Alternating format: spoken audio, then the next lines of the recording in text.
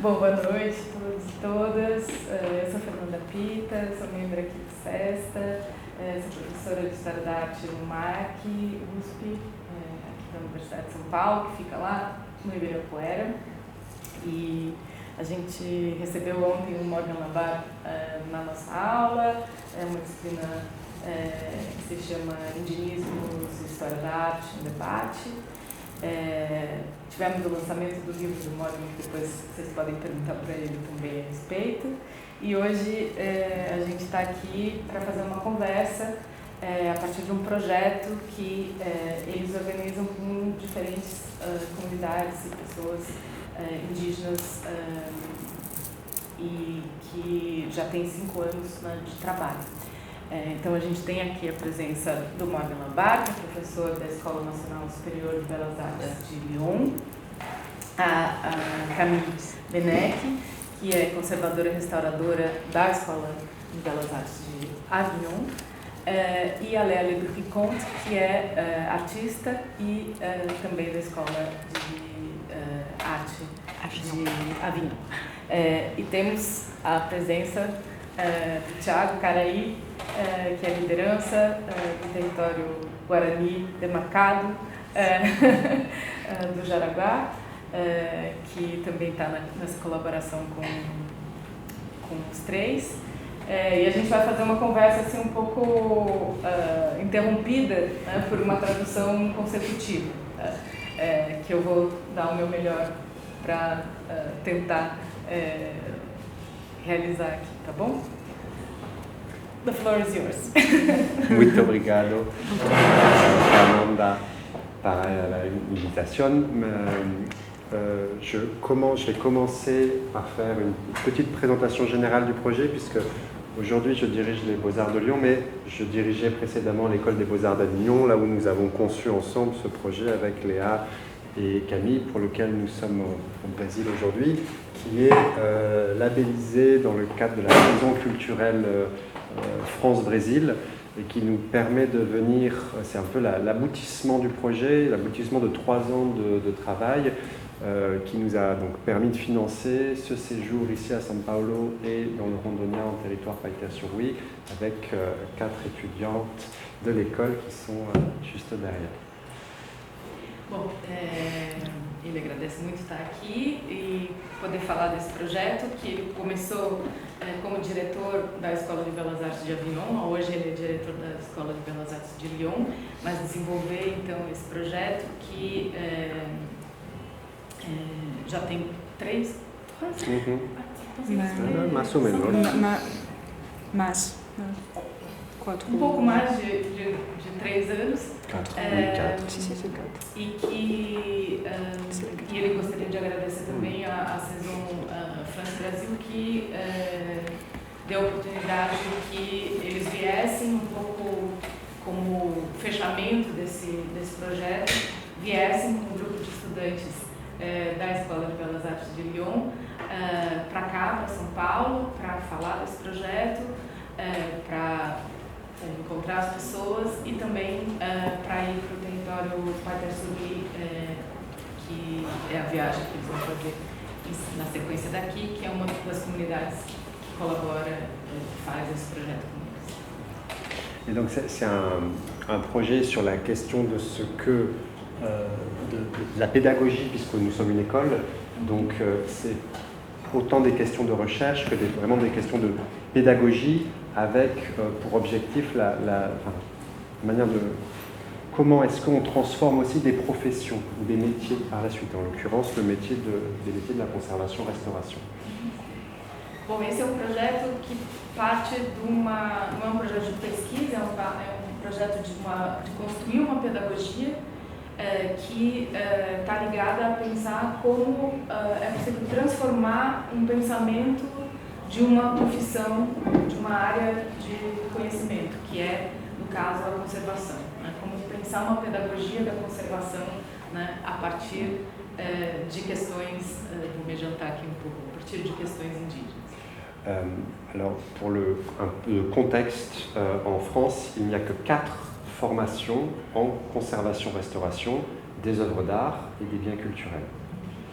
no contexto francês, tem apenas 4 cursos, né, 4 formações nesse campo de conservação e restauração, tanto de obras de arte quanto de bens culturais. Et quand on a un diplôme d'une de ces 4 formations, on est habilité à intervenir sur les œuvres des collections Musées de France. Sans ce diplôme, on ne peut pas intervenir sur les œuvres qui constituent les collections de Musées de France.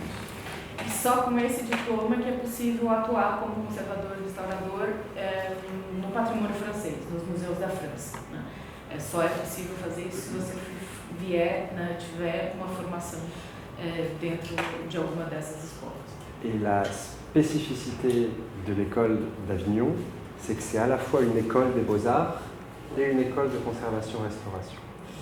Et qu'on fait le pari intellectuel que ces 2 formations peuvent travailler ensemble alors qu'elles sont d'une certaine manière opposées dans leur rapport aux œuvres d'art. Bom, o esforço interessante que é feito na Escola de Avignon, que é tanto uma escola de belas artes quanto uma escola de conservação e restauração, é de tentar aproximar, né, essas 2 profissões que muitas vezes têm visões muito divergentes ou contrárias, né, com relação às obras de arte e ao cuidado e à conservação, né, das obras de arte ou dos bens culturais. Ça, c'est un positionnement qui est absolument unique. Alors, je ne sais pas dans le monde, mais en Europe, en tout cas, il n'y a pas d'autre formation où la conservation-restauration, elle est pensée aussi avec la pratique artistique. Não há nenhum outro curso na França, pelo menos, ou na Europa, na Europa também, que tente, né, esse diálogo, que tente fazer esse diálogo que é pensar a formação da conservação junto com a formação artística. Et l'une des conséquences de cela, c'est que l'école ne travaille pas avant tout selon la spécialisation par matériaux, qui est normalement la spécialisation professionnelle selon laquelle la profession est organisée en France, et les autres formations sont aussi organisées, mais à une approche plus réflexive sur ce qui constitue la vie des œuvres, la vie matérielle comme la vie immatérielle. E o que é especial dessa conjunção, né, é que há esforço de pensar a formação na conservação não a partir das linguagens ou técnicas, como costumeiramente se faz, né, em outros cursos, em outros lugares. No Brasil também é um pouco assim, né? A pessoa aprende conservação de pintura, de escultura, de papel, né? Ou de algum outro objeto, alguma outra materialidade específica, né? E o fato de ter esse pensamento mais, uma abordagem menos técnica, no sentido focado na especificidade técnica e mais reflexiva, né, faz com que a discussão sobre conservação, restauro e conservação lá englobe, né, a vida das obras, a vida das coisas, né, a vida tanto material quanto imaterial. La vie sociale, vie spirituelle. A vida social, a vida espiritual, etc. Et ça a pour conséquence que l'école se concentre sur les objets issus de ce qu'on appelle les collections ethnographiques, avec des guillemets, ou les œuvres issues de l'art contemporain, qui posent aussi des problématiques théoriques plus complexes. E é por isso que lá na escola há uma discussão bastante forte a respeito, seja dos chamados objetos etnográficos, seja também de uma produção contemporânea que traz, né, dilemas ou questões relacionadas à conservação que não podem ser resolvidas ou discutidas, né, somente pensando na conservação dos materiais. Et aussi bien pour l'art contemporain où l'intérêt c'est d'aller travailler avec les artistes quand ils sont encore vivants, alors qu'une fois que les œuvres sont dans les musées, il arrive que les musées ne constatent pas les artistes quand il faut restaurer les œuvres, mais le fassent restaurer uniquement par les professionnels. Et ben, il y a la problématique analogue avec les objets ethnographiques d'aller travailler avec les populations dont les objets sont issus ou de ne pas le faire. Et jusqu'à très récemment, ça ne se faisait pas dans les musées d'aller contacter les communautés autochtones dont les objets étaient issus. Et donc c'est ça aussi qui fait un autre parallèle et une autre spécificité des questions qu'on essaie de poser à l'école. Então, esse paralelo, né, também acontece na prática dessa formação e no modo, né, de que os conservadores estão ali treinados, que é, por exemplo, no caso da arte contemporânea, não fazer como costumeiramente os museus fazem, né, os conservadores fazem, que é de atuar em cima de uma obra somente por fazer, né, a conservação somente por profissionais, mas engajar os artistas, né, então trabalhar bastante com artistas vivos para que esse processo de conservação e restauro seja feito junto com eles, né, e por eles, e no caso de objetos ditos etnográficos, contactar e trabalhar com povos indígenas, com populações indígenas, autoras, né, desses objetos, para que elas também orientem, indiquem e façam o processo, né, de conservação e restauro, que é uma coisa que até muito recentemente não se fazia em nenhuma parte do mundo.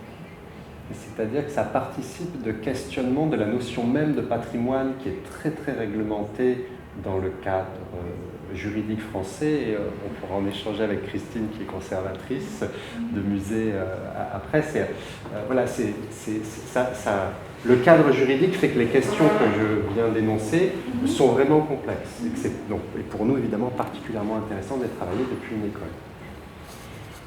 Isso é muito interessante de trabalhar, né, porque no caso francês, que o patrimônio é muito regulado, né, pelo Estado, e quem tem autorização, né, para mexer nas coisas, né, ou intervir nas coisas, é também regulado, né, por essa cadeia, né, de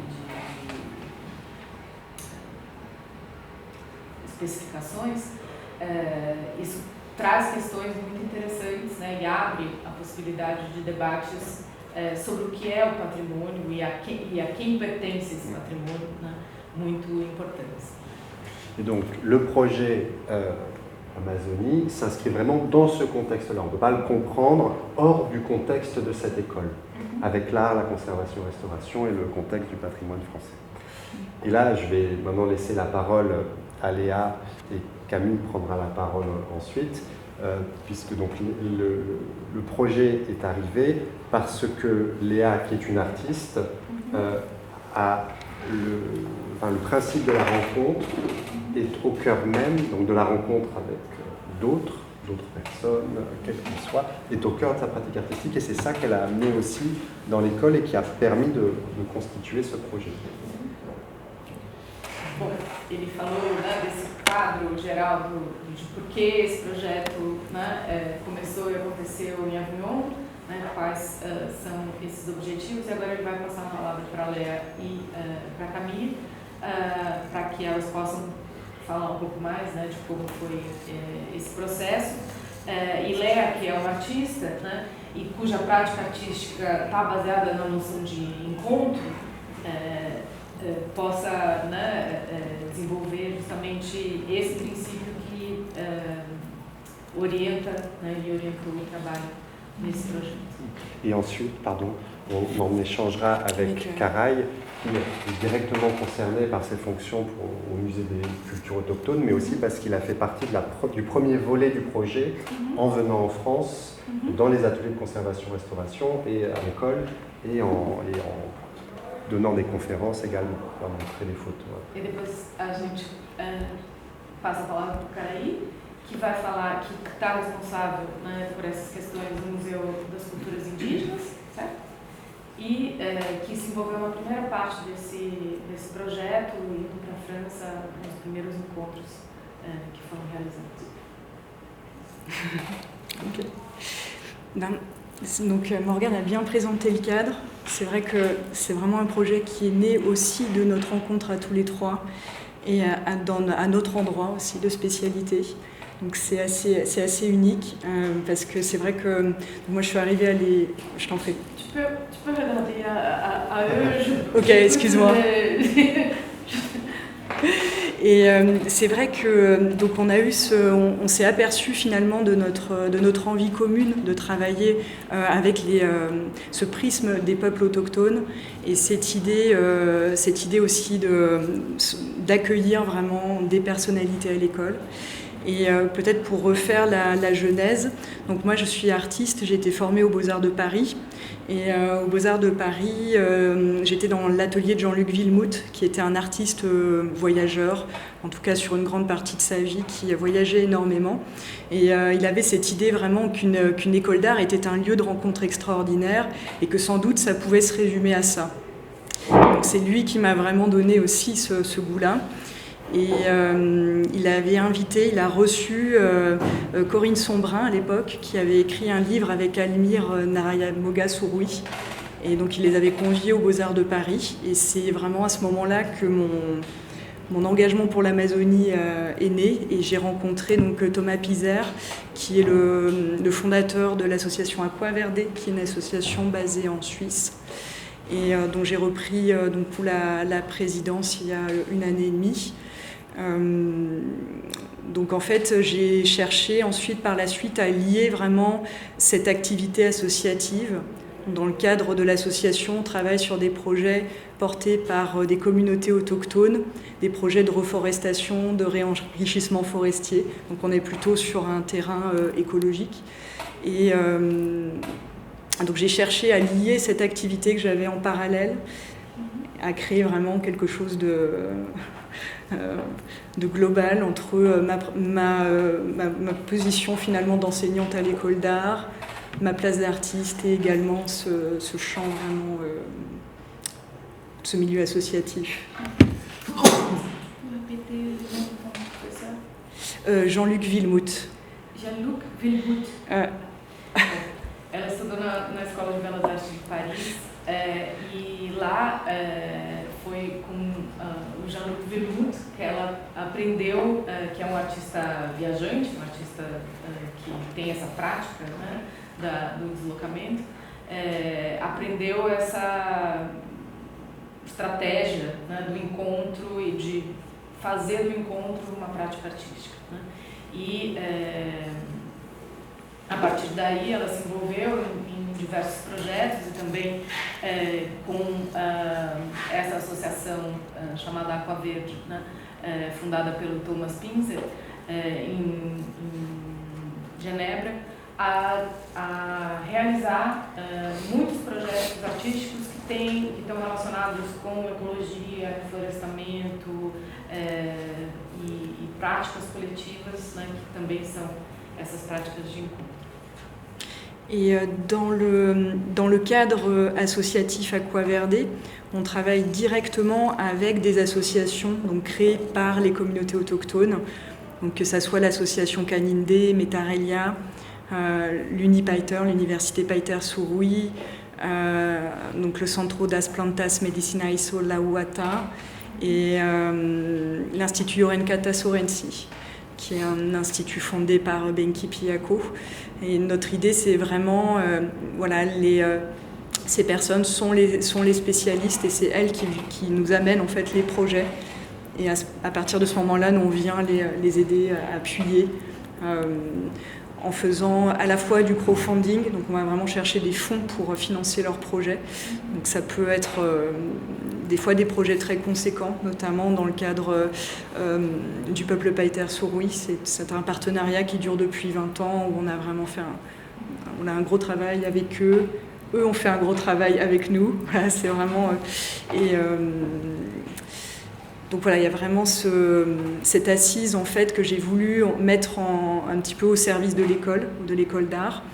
Et mon idée en tant qu'artiste, parce que je pense que c'est une idée d'artiste, c'est-à-dire d'inviter des leaders, des chefs, des personnalités du monde de l'écologie en école d'art. C'est-à-dire de ne pas inviter d'artistes, mais vraiment de faire venir à l'école des personnes autres.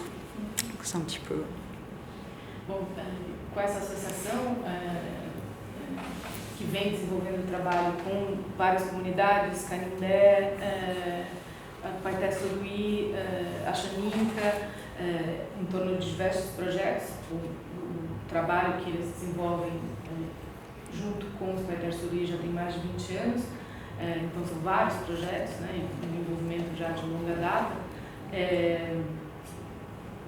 dá base um pouco, né, para essa tentativa de aproximação que ela faz, de convidar, né, esses parceiros, essas pessoas para uma escola de arte, né, e não fazer o que um artista poderia fazer, que é convidar outro artista, mas sim convidar pessoas, lideranças, né, que estão envolvidas, né, com a luta ambiental, com questões ecológicas, com defesas, né, de território, para estar e estabelecer um diálogo dentro da escola de arte. C'est vraiment avec l'idée d'ouvrir un petit peu le monde aux étudiants, de leur dire voilà tout ce qui peut finalement tout ce qui peut questionner votre art, vous y ramener, vous en éloigner. Enfin, c'est vraiment cette idée d'utiliser ces rencontres comme une sorte de matière. Et donc dans ce projet, on a mis au point un petit peu différents axes, différentes problématiques. Dans notre idée, c'était vraiment cette idée de penser une horizontalisation des savoirs, donc vraiment remettre en question l'universalité de la vision occidentale par ce dialogue sur un même niveau avec nos invités. Et penser des plateformes de savoir universaux. Donc on imaginait vraiment des workshops, des temps en fait qui sont pas réellement des séminaires universitaires. On était dans quelque chose qui est entre de la pratique, de la discussion, de la création, quelque chose de complètement hybride. Je ne sais pas si tu veux traduire aussi. Bom, o esforço, a tentativa também é, né, de proporcionar aos estudantes essa abertura de universos, né, de formas de fazer, de pensar, de praticar, né, distintas daquelas comuns ali, né, ao ambiente da universidade e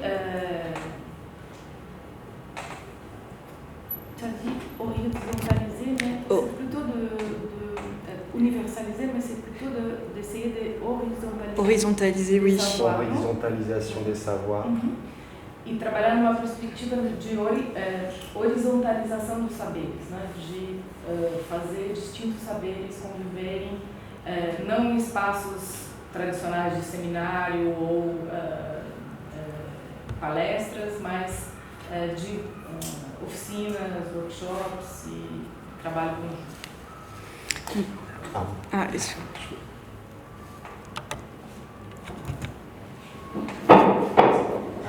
C'est parce que je trouvais que l'image, c'était un bon exemple. Oui.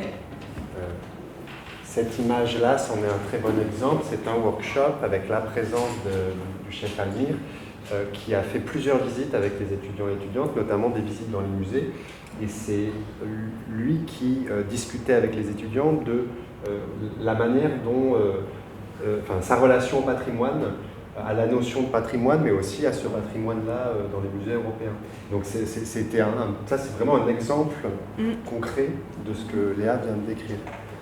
Bom, aqui nessa foto a gente tem exemplo concreto desse tipo de atividade. É uma visita feita pelo Almir Sorui com os estudantes. Então ele fez essa visita discutindo o entendimento que ele tem de patrimônio, desse patrimônio, né, francês, que está nos museus franceses. Então esse tipo, né, de troca de perspectivas, né, que o projeto também busca realizar. Puis dans l'évolution de ça, c'était un workshop où on allait rencontrer des personnalités politiques, des personnalités aussi qui porteuses de projets, une ferme, notamment une micro-ferme biologique à Avignon. C'est vraiment l'idée comme ça d'ouvrir un petit peu tous les champs, de voir quelles idées s'échangent aussi avec les étudiants. À partir de ces matériaux, qu'est-ce que nous pouvons en faire? Et c'est très ouvert. Il ne s'agit pas d'orienter les étudiants à forcément travailler sur des sujets, que ce soit d'écologie, de décolonisation, mais en tout cas, ça plante une graine et ça ouvre en fait des perspectives. En ce sens, on est vraiment dans un projet de recherche qui n'est pas formaté. Bom, dentro dessa pedagogia, né, desses encontros, vão se abrindo outros encontros. Por exemplo, ela citou que a partir dessa reunião surgiu uma série de encontros com pessoas ligadas a projetos de agricultura familiar,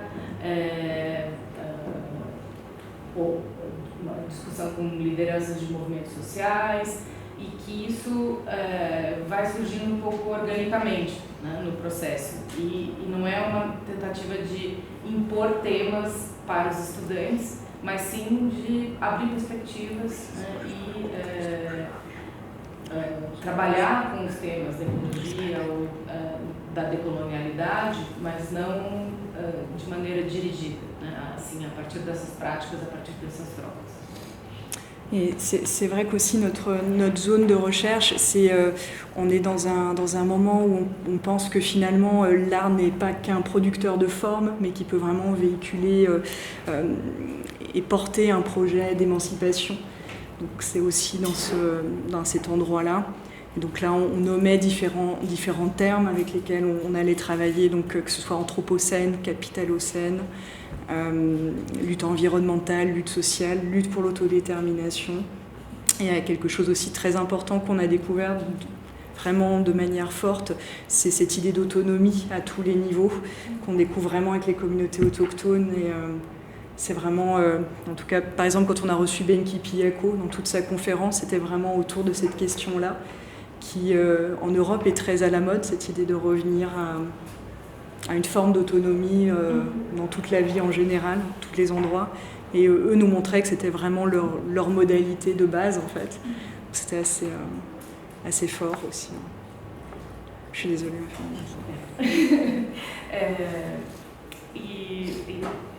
Bom, por que fazer isso numa escola de arte, né? E qual o objetivo?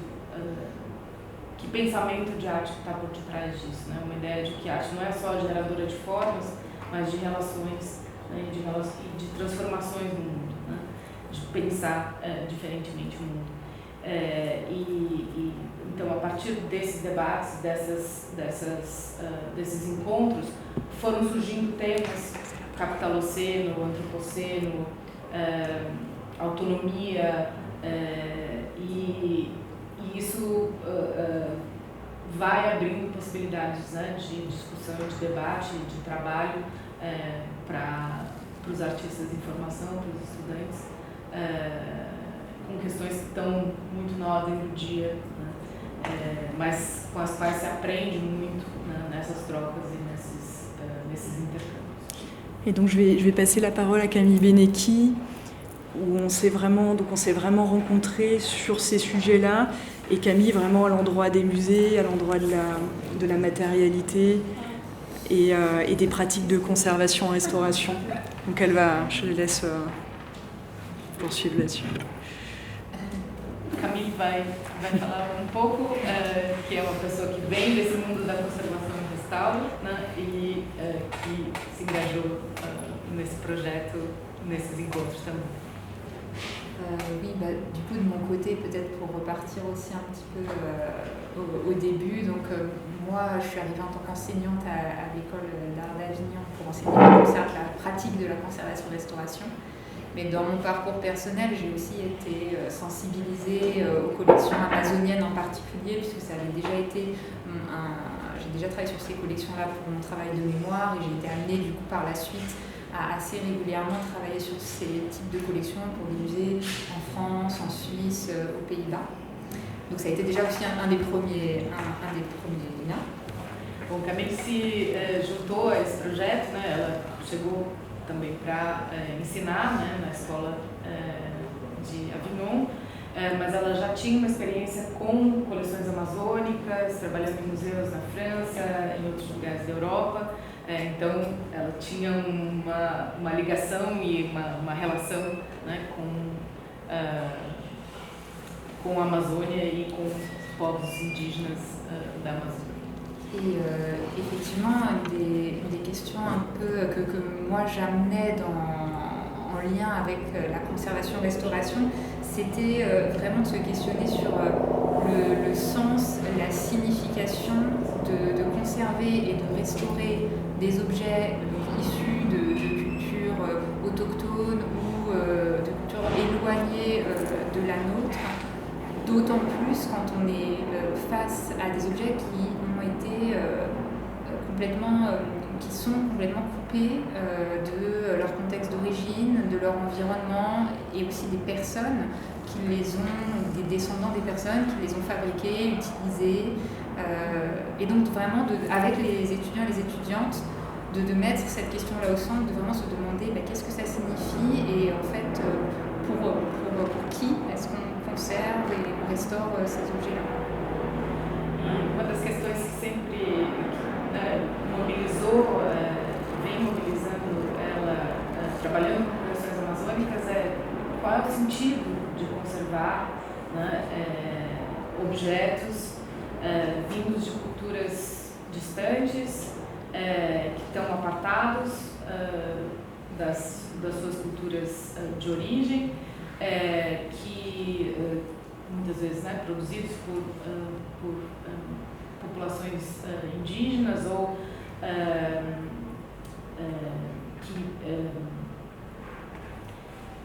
que estão distantes, né, dessas coleções. E então a pergunta, né, que ela faz é para quem se conserva, né, esses objetos que estão distantes, né, dos seus autores e dos seus detentores, né, de direito.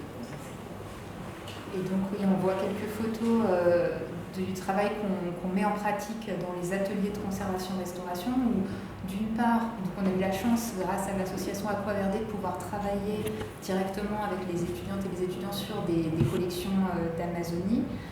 Donc on va déployer le processus, la méthodologie de la conservation-restauration, donc qui va partir d'une étude matérielle, technique, associée avec un va-et-vient, avec aussi une étude du contexte immatériel, jusqu'à aller donc vers poser ce qu'on appelle le constat d'état,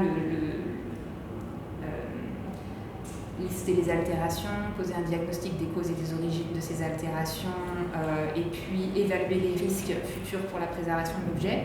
Tout ce travail-là qui mène en fait le conservateur-restaurateur à la prise de décision de la proposition de traitement. Et donc on a eu la chance de pouvoir faire ce travail-là en parallèle de rencontres, de discussions, d'échanges avec nos invités, donc comme Karaïdji Coupé, comme Almirna Yamugasu-Rui, qui sont venus dans les ateliers discuter avec les étudiants et les étudiantes.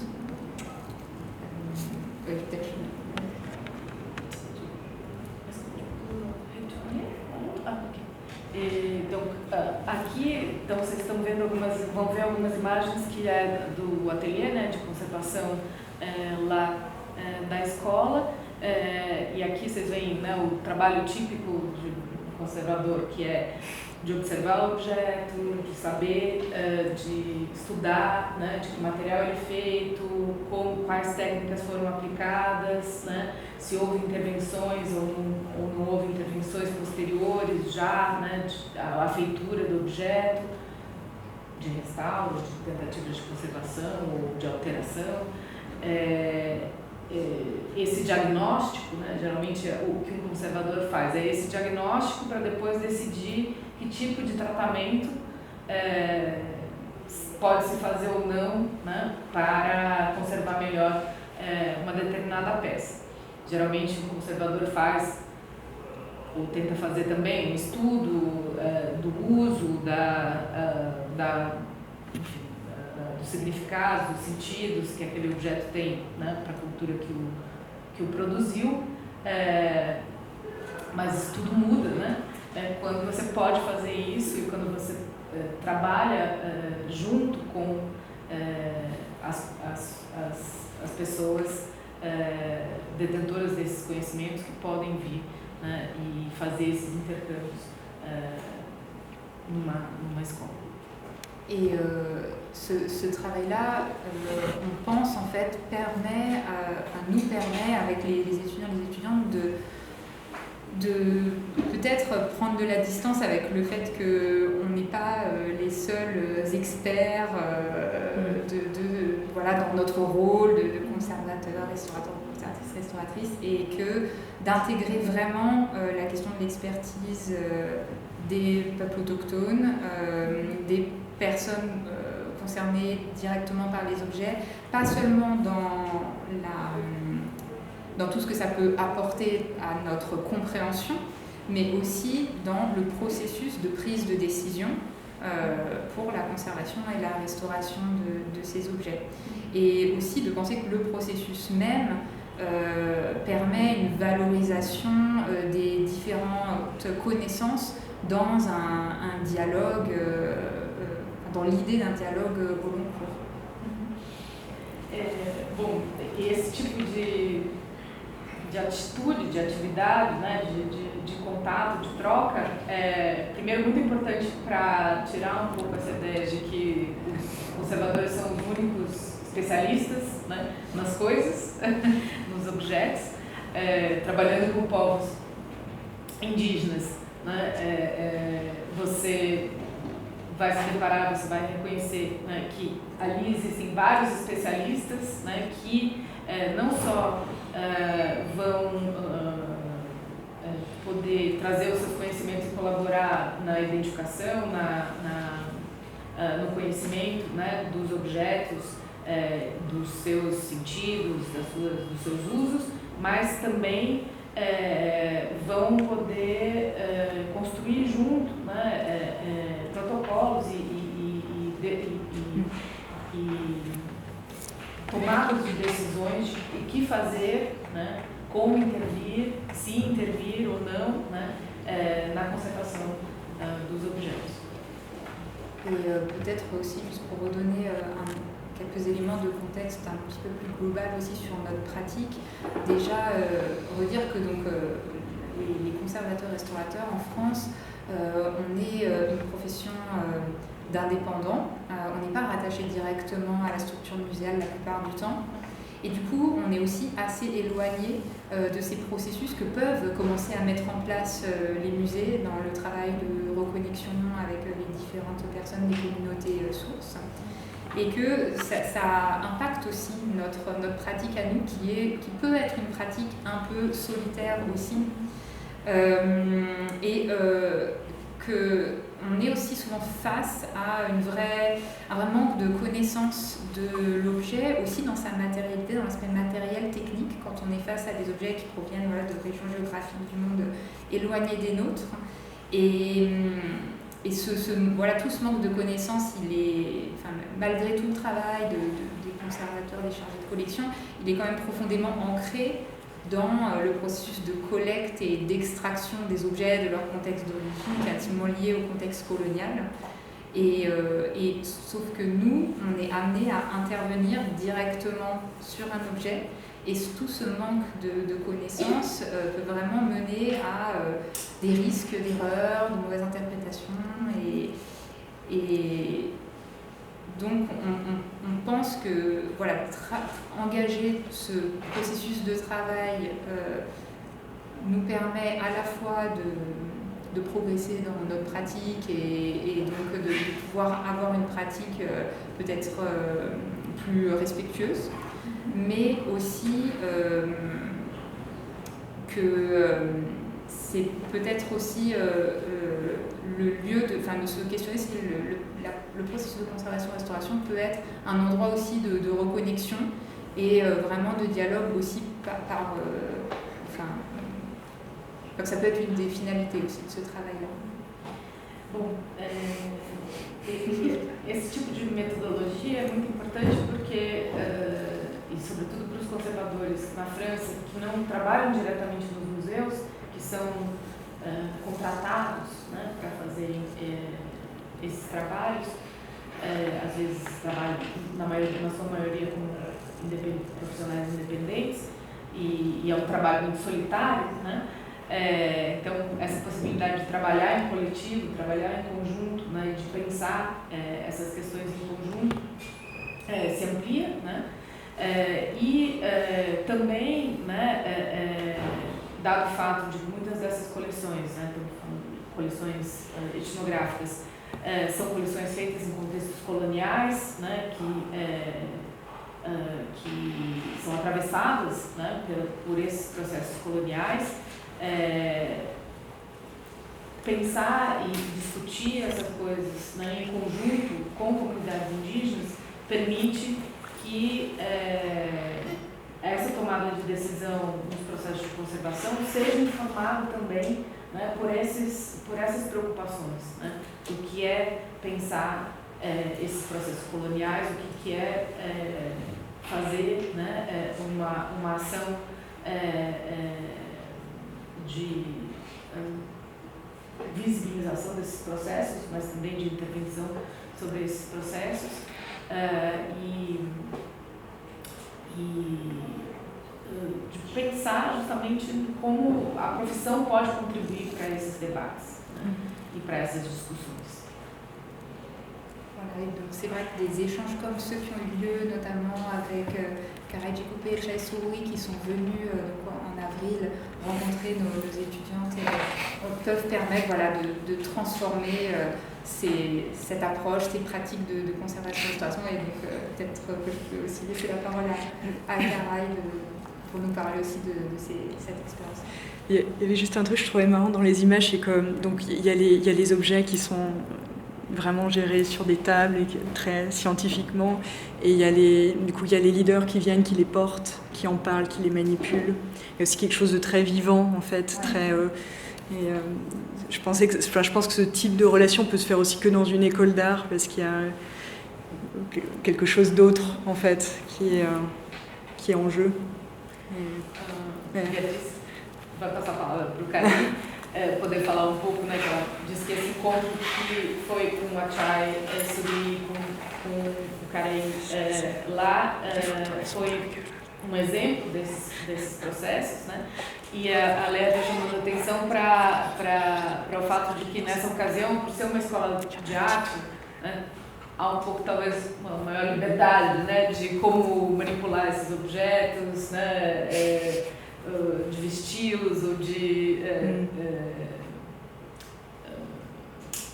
enfim, manipulá-los de alguma maneira, né, e entendê-los também assim dessa forma, né, e não só cientificamente colocados dentro das pranchas, dentro das gavetas ou dentro dos materiais de conservação, né. Et peut-être on peut Conta pra gente como é que foi essa experiência. Peut-être Karai, oui, tu peux peut-être revenir sur déjà te présenter vraiment ton projet, notamment quand tu as été conseiller pour le musée des cultures autochtones ici à Sao Paulo. Et peut-être si tu peux nous faire un petit retour sur ce que tu as pu percevoir de ce projet à Avignon. Você pode falar um pouco do teu trabalho como conselheiro do Museu das Culturas Indígenas e também o teu envolvimento nesse projeto e o que você... Como você viu todo esse processo? Sim. Primeiro... Você se apresentar. Eu sou Kareji Coupé, eu pertenço à terra indígena Jaraguá, o povo Buiá-Guarani, que existe aqui pertinho, né? Eu gastei 20 minutos para chegar aqui. Então, apesar de eu ser indígena, de viver em uma terra indígena, né? Essa terra indígena está dentro dessa cidade que as pessoas não enxergam muitas vezes, né?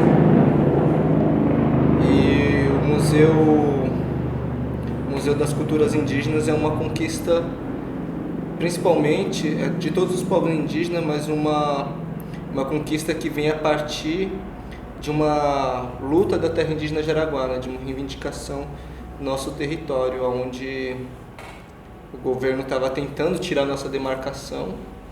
A gente se posicionou contrário a esse retrocesso, causando um problemão para o Estado, né, que foi desligar as antenas, e isso trouxe problema para as emissoras, né, de comunicação e a CPTM, enfim. E aí acabou abrindo não só que a gente pudesse dialogar sobre a demarcação, mas sobre outras demandas, né? E aí uma das demandas que as mulheres do território colocaram foi a criação de um espaço para se discutir a cultura indígena, a memória indígena e a presença indígena. Você quer traduzir?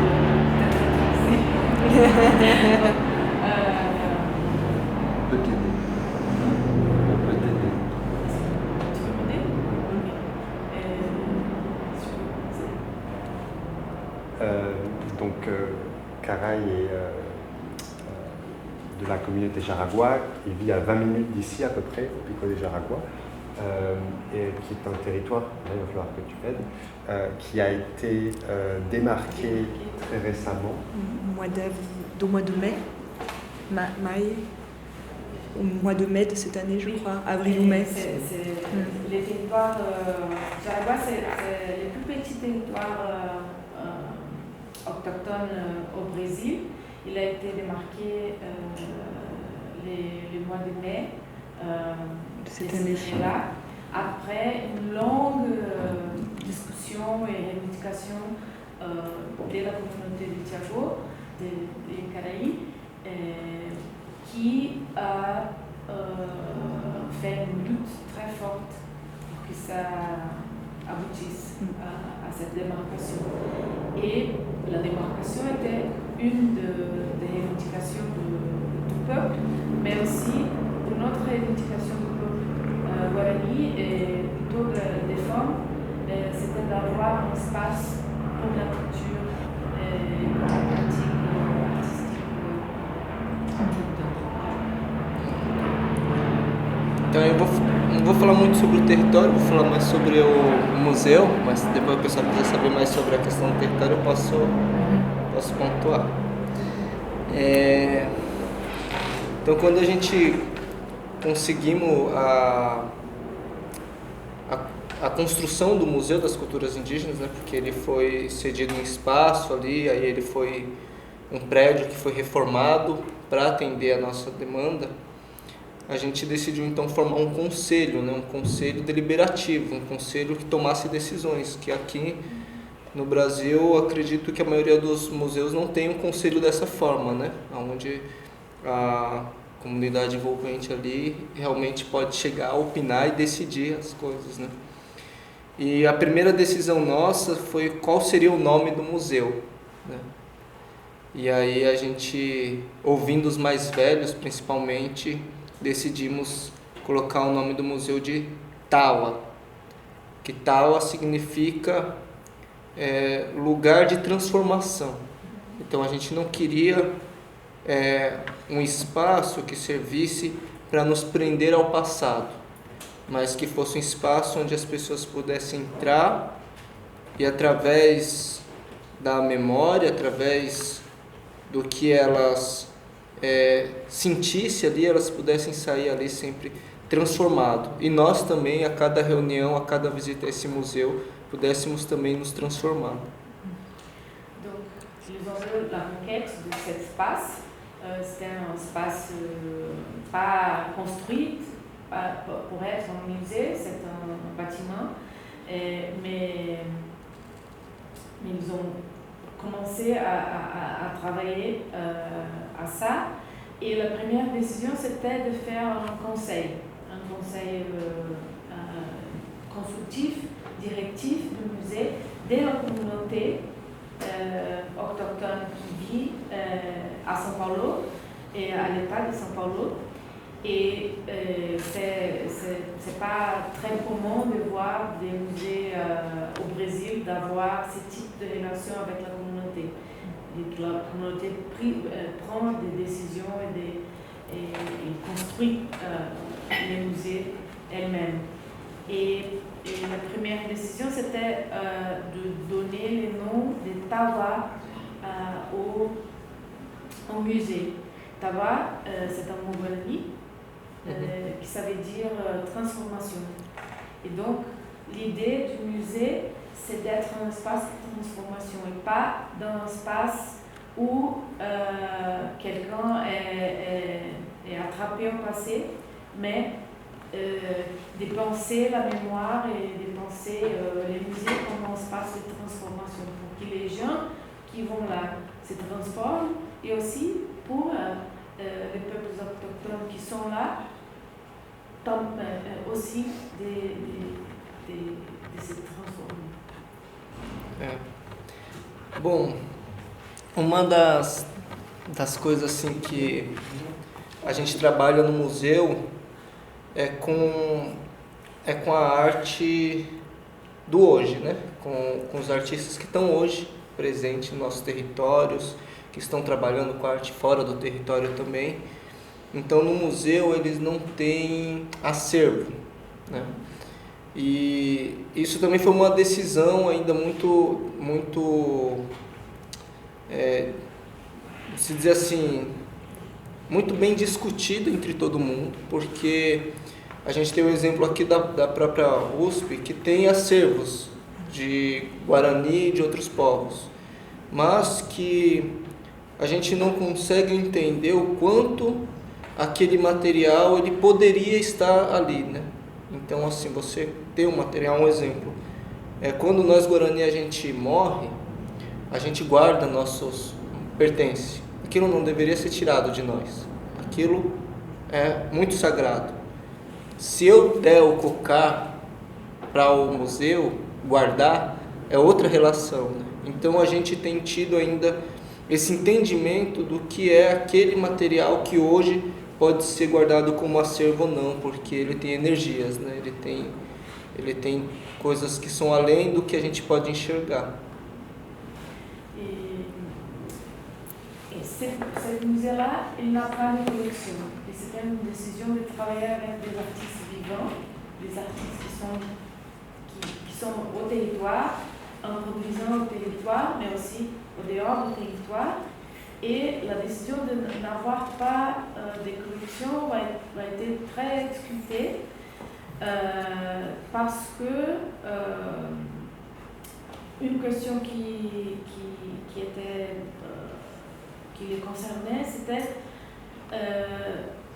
de voir des exemples de musées qui ont des collections, mais comme à l'USP, on a le MAI et le musée d'archéologie et ethnologie qui a une immense collection, mais qui, on ne sait pas si tout ce qui est là doit être là. Parce qu'il y a des choses peut-être ne doivent être dans un musée. Et il donne l'exemple des adornements guarani qui, dans la tradition guarani, doivent être sépultés avec la personne qui les avait. Et donc peut-être quelqu'un a donné au musée ou a vendu au musée, c'est une autre chose, mais on ne sait pas. Dans beaucoup de cas, et donc ils ont décidé dans notre approche, cette approche de n'avoir pas de collection. Bom, eu vou falar um pouquinho da experiência que tive, né, indo na universidade de avião, né? E acho que uma coisa muito forte foi poder ter essa troca com os alunos, né? De poder passar esse entendimento que nós temos sobre cada artefato indígena, né? Porque um artefato ele não é às vezes só uma arte, né? Ele traz outras coisas, né? Então, esse cocá que eu uso, ele me acompanha principalmente nas lutas, né? Então, antes de eu ir para uma manifestação ou para uma reunião ou algum lugar, às vezes para me sentir forte, eu deixo ele no Opã, na casa de reza, né? Então tira a mão e vai fumaçar, outras pessoas da comunidade vão fumaçar e vão rezar e vão falar com os espíritos que carregam ele. E depois eu vou utilizar ele na luta. Então às vezes minha forma de se comportar também vai lidar com essas energias que estão me acompanhando. Então quando esses materiais que nós utilizamos, eles passam para a mão de outras pessoas que não conhecia, eles não deixaram de ter essas energias, né? Então as pessoas elas precisam refletir muito sobre aquilo que elas vão estar conhecendo, né? Porque para nós é um ser que tem seus donos, seus espíritos também. E aí isso foi uma coisa que a gente pôde conversar muito com os alunos, né? De ter muito respeito para saber que energia vai passar, porque quando você está trançando, você está abordando, você está também passando um sentimento, uma energia, né? E qual sentimento você vai receber daquele material que você está manipulando, né? Que você está ali trabalhando. Camille, par ici, j'ai oublié de traduire ça, cette préoccupation avec des objets, c'est parce que les objets sont porteurs d'énergie et de savoir. Et donc, c'était très intéressant pour lui d'être avec des étudiants là à Avignon et de pouvoir expliquer un peu comment cette relation avec des objets est pensée par les Guarani dans son cas. Il donne l'exemple de cette coiffe qu'il porte. C'est un coiffe qu'il utilise toujours quand il va protester dans les réunions, dans la lutte du mouvement autochtone. Et quand il va faire ça, il amène cet objet, cette coiffe, à la OPE, c'est la maison de prière, et pour que les Cheramois, qui c'est le chaman, les leaders spirituels, pour lui donner de la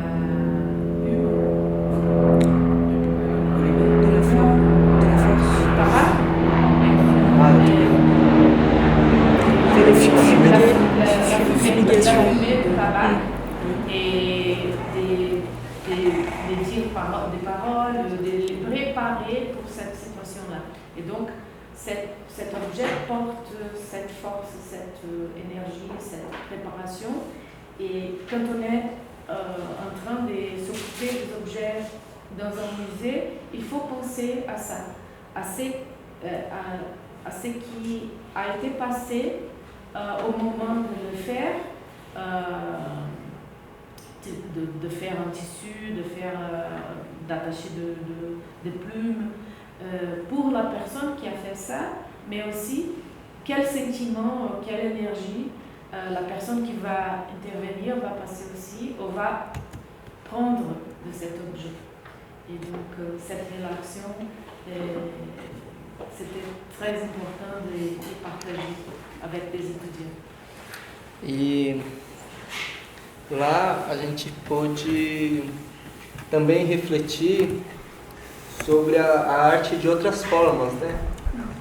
E uma coisa que a gente conseguimos, eu acho que todos entender muito bem, é que esse chão que a gente pisa, né, é o mesmo chão que todos pisam, né? Seja lá na França, seja lá em outro canto enfim, de cada país, de cada cidade, né?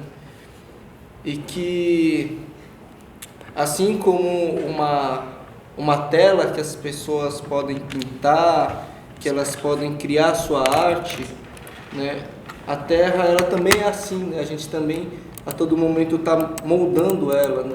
Então nós também, quando uma pessoa faz algo de ruim, como um desmatamento, a gente também faz restauração da própria terra.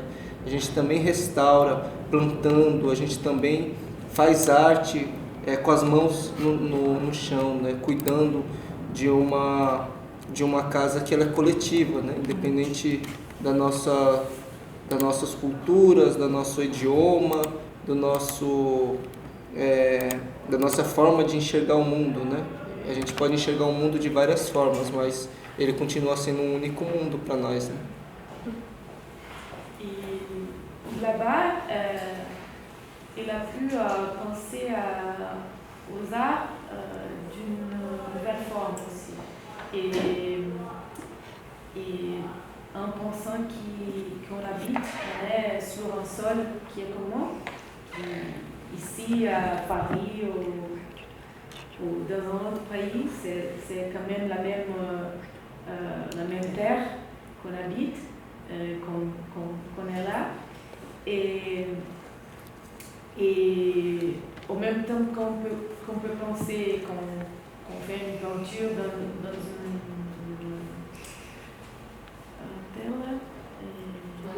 toile, dans une toile, on peut penser que quand on déforêt, quand on coupe une forêt, on peut faire après une restauration en plantant de nouveau cette forêt. Et qui travailler au sol, travailler avec la nature, c'est aussi faire un espèce de travail artistique, de création et de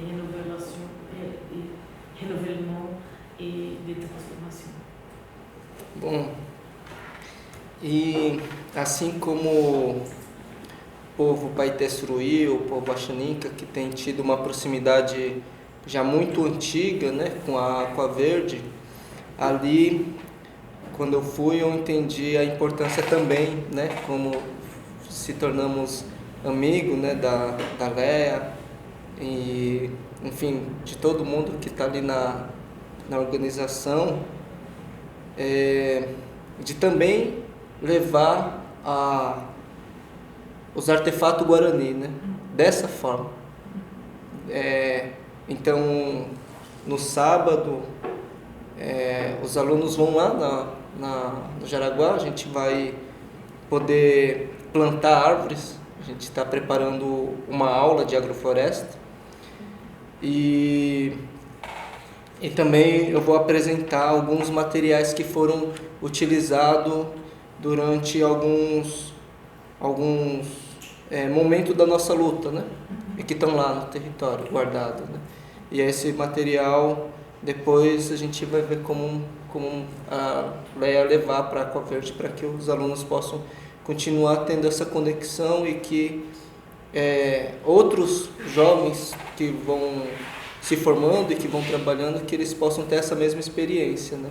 De enxergar não só o artefato do povo Guarani ou do povo Paité Suruí, mas de todos os povos, né? Com muito respeito, né? Samedi, après connaître le travail qu'Aqua Verde développe avec les Paité Suruí et les Axaninca depuis longtemps, et ils ont décidé que c'est important aussi de penser comment traiter les objets Guarani dans ce contexte muséal.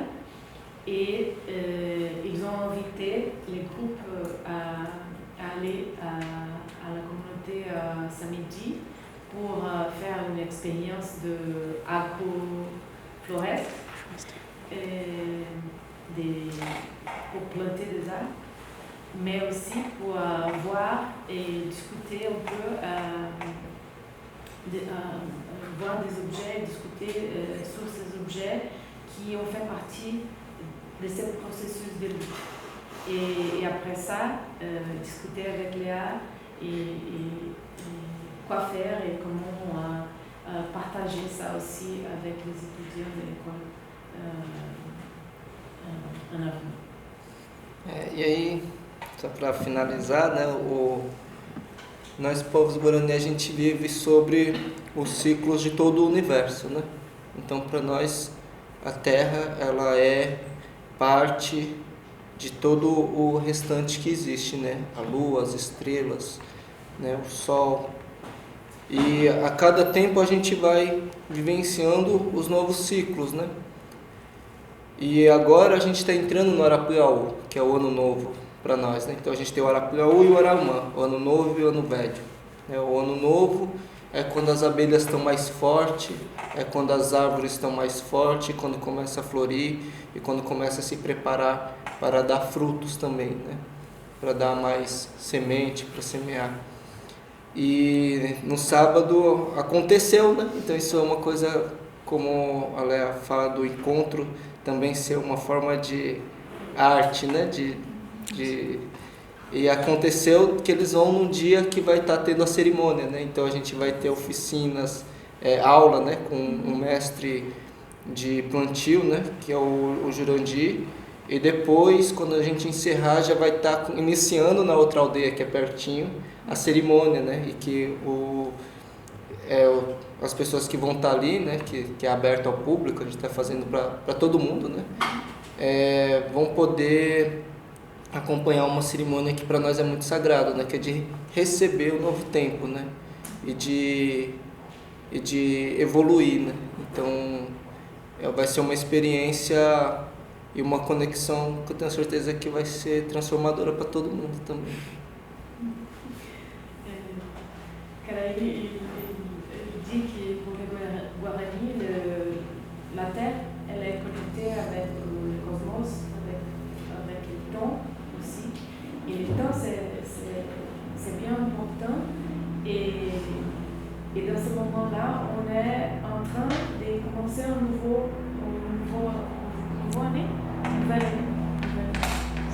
C'est un nouveau cycle, je crois. Année, oui. Oui, nouvelle année. Pardon. Une nouvelle année qui les Guarani l'appellent l'Arapiau. Et il y a l'Arapiau et Arauma. C'est l'année passée. Et dans l'Arapiau, c'est le temps où les abeilles sont fortes, les arbres sont fortes, les fruits commencent à apparaître. Et donc c'est un moment très important de force, de renouveler des forces. Et samedi, ça serait curieusement la fête pour recevoir la nouvelle année. Et c'est une rencontre, il dit que c'est bien de voir que cette rencontre va être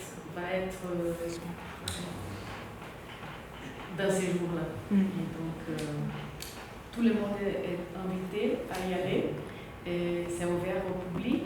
Ils vont faire les travaux avec le monsieur Jurandir qui est le maître en forêt.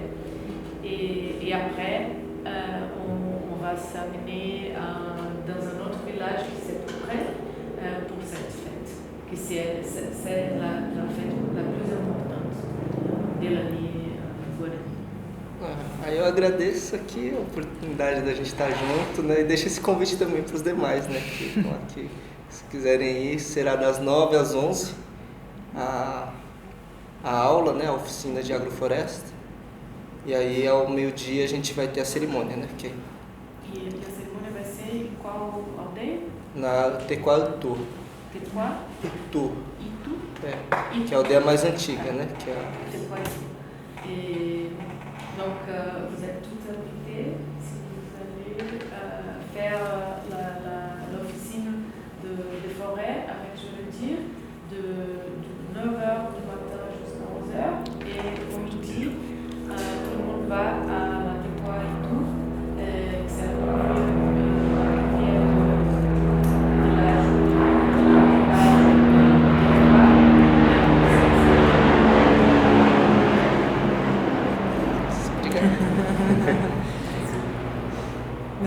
Un grand merci à Karay en tout cas pour nous introduire, voilà, nous ouvrir sa communauté, et on est très touchés. En fait. C'est nous qui te...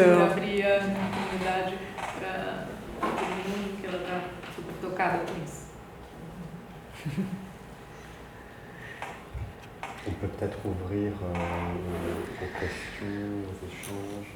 A gente pode abrir para questões, para perguntas, para comentários.